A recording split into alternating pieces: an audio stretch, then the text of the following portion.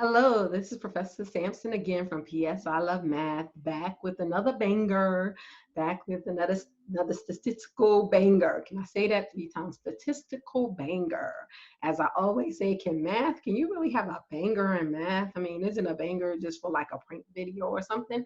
But anyway, we are here to do math and welcome if you haven't been to my channel before. We do statistics, developmental algebra, anything really, but those are the things that I focus on in college algebra because I am a professor, all right? So the first thing is subscribe to my channel, click like, and then make any comments that you need to make. So we're going to jump right into it. I don't want to be too long with the intro. So today we're going to figure out how to find a confidence interval using a worded problem when your population mean is unknown. Now remember, you are going to have to determine if the population mean is known or unknown, because that determines whether you need to use a Z or a T chart if you're using charts. And even in your calculator, that's determining whether you need to use the Z function or the T function in your calculator. As you know, on here, we are not calculator happy, so we use the combination of charts and the calculator. So let's begin. So our problem today is as such, all right? Suppose you're thinking about getting a puppy and want to know the amount of time people spend caring for puppies.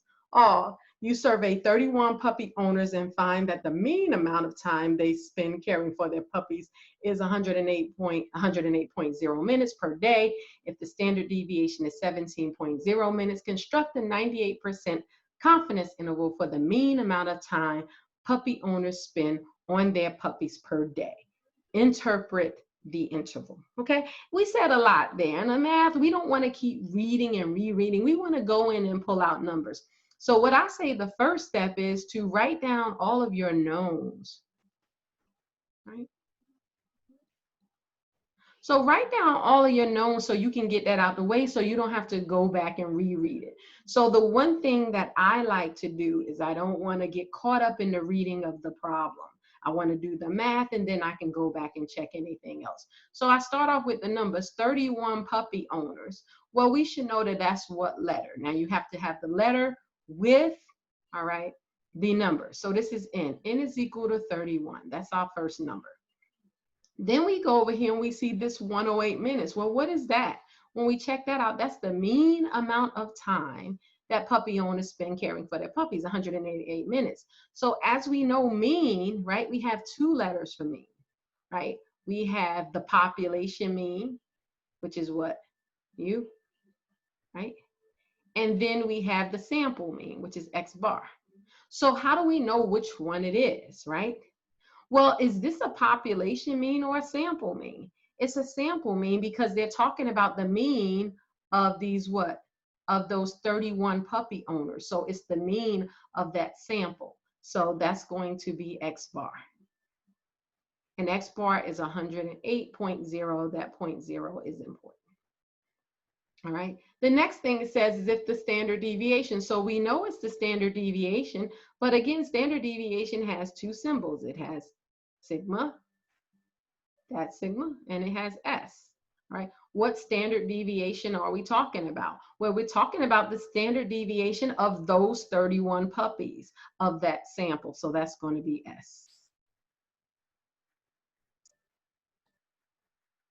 Lastly, our last number looks here. We want to construct a 98% confidence interval. Okay.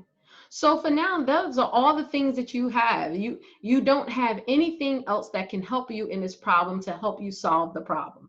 So to be honest with you, if you can't solve the problem from here, then you just can't solve the problem. Okay? Because there's nothing more you can get out of that problem that's going to help you solve it. Okay? So let's talk about this confidence interval. I like to go ahead and fix that. So we know the confidence interval, we can do alpha. Alpha is 1 minus the confidence interval. In this case, 1 minus 0.98, which is equal to 0.02. So that's alpha. Since we're looking at both sides, we're looking at the upper and the lower, we're going to take alpha and divide it by 2. So that's going to be 0.02 divided by 2, which is going to be 0.01 for alpha over 2. Okay. we can get that out the way right at the beginning. So the next thing is we need a formula. We need a formula to figure this out. We need a formula when sigma is unknown. So I do have a formula sheet here. Depending on your school or your instructor, you may be given a formula sheet. You may be asked to memorize the formula sheet formulas. I don't know, but here is the formula here.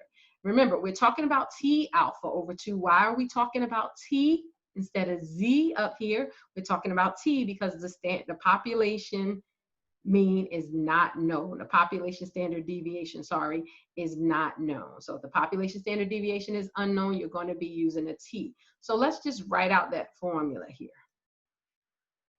So we have X bar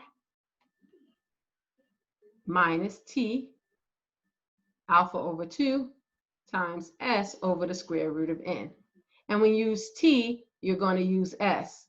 Is less than what's in the middle, where we're trying to find, you know, the mean time. So that's going to be mu, which is less than, but that's part of the formula. X bar is plus T alpha over 2 times S over the square root of N.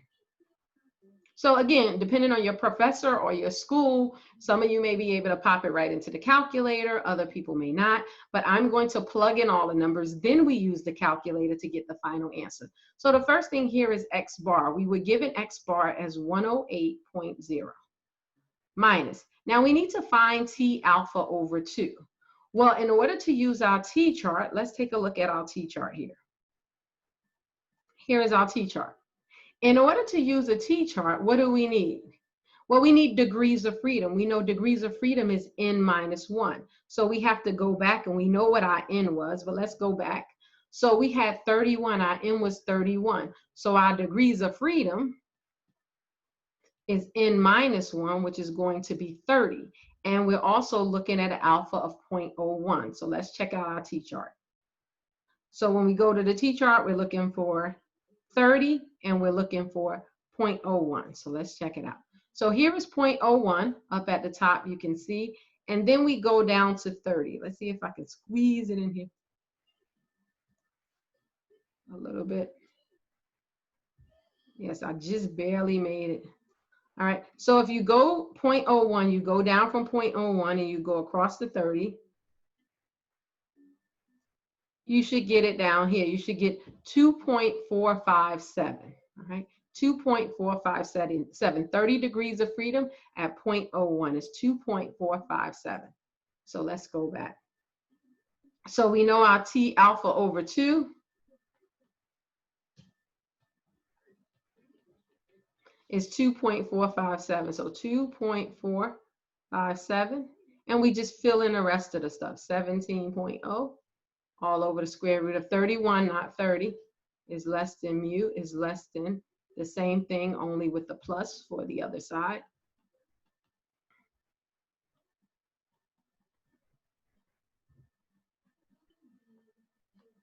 Okay, now we have everything plugged in. So with all of those things plugged in and all of those things written, you can get credit for doing the work, for hand writing the work and putting the numbers in the appropriate place if that's what your instructors want. I know that's what I want. So now we can go and use technology and get our final answer. So let's go to the calculator. All right, so we go to stat and we go over to test, and we're looking for the T interval, which is number 8. I just hit number 8. Now, do we have data? No, we do not have any data. Data would be the list that we put in the calculator. And if you want to see me put a list in the calculator, please check my other videos when that is finding the confidence interval when you're given a stem and leaf plot. Okay, so go and check that out. But we're not given data here. We're given stats. All right, so we're going to go to stats. That means we need to put in all the statistics, but we're given those statistics in the problem. So we go down here. So the first thing is X bar. So I remember our X bar, if you can recall from our paper, remember our X bar was 108.0. So 108.0. Our standard deviation, our S was 17.0, 17.0. And our N was 31. I remember that.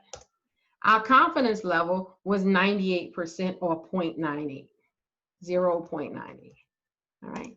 And then we calculate. And that's what we get when we calculate. And remember, we don't copy that from the calculator that way. We make sure that it's rounded appropriately, and we also make sure that we're using the appropriate letter in the middle. So let's go back. So now, with that being the case, we have our answer for this one. So our answer is going to be, and the rounding rule, right? We don't have data. So the rounding rule is either one more decimal place than the data that's listed, or use the information that's listed. So you see here that your X bar, I'm gonna put that in red just so you can see it. You see here that your X bar is rounded to one decimal place. So your final answer should be rounded to one decimal place. You cannot be more precise than the number that was given to you. Okay. So let's write down our answer. I'll go back and double check. It was 100.5, one decimal place, is less than mu, is less than 115.5. So let's double check that because I want to make sure that's what I saw on the calculator. It is 100.5, 115.5. Okay, so that's the first part of our answer. So when they ask us to construct a 98% confidence interval for the mean, we did that. So the next part is to interpret it. Interpret it means, what are we talking about? What are we saying? What is this number here with this mu in the middle? So what we are saying is, we can say, and I'm gonna write this down, we can say what we are, what? 98% confident, right? 98% confident that the mean amount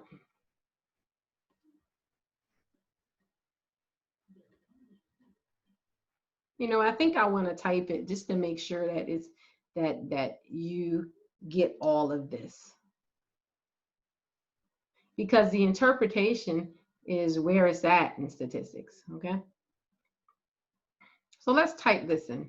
I won't even write it in. Okay, so what am I going to say here? I'm going to say that we are 98% confident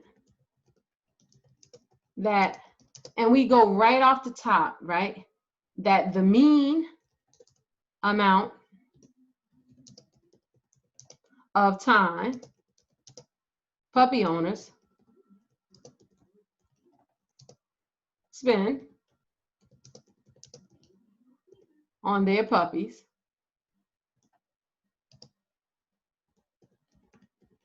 per day is between, right, now we come 100.5, right, and 115.5 minutes per day.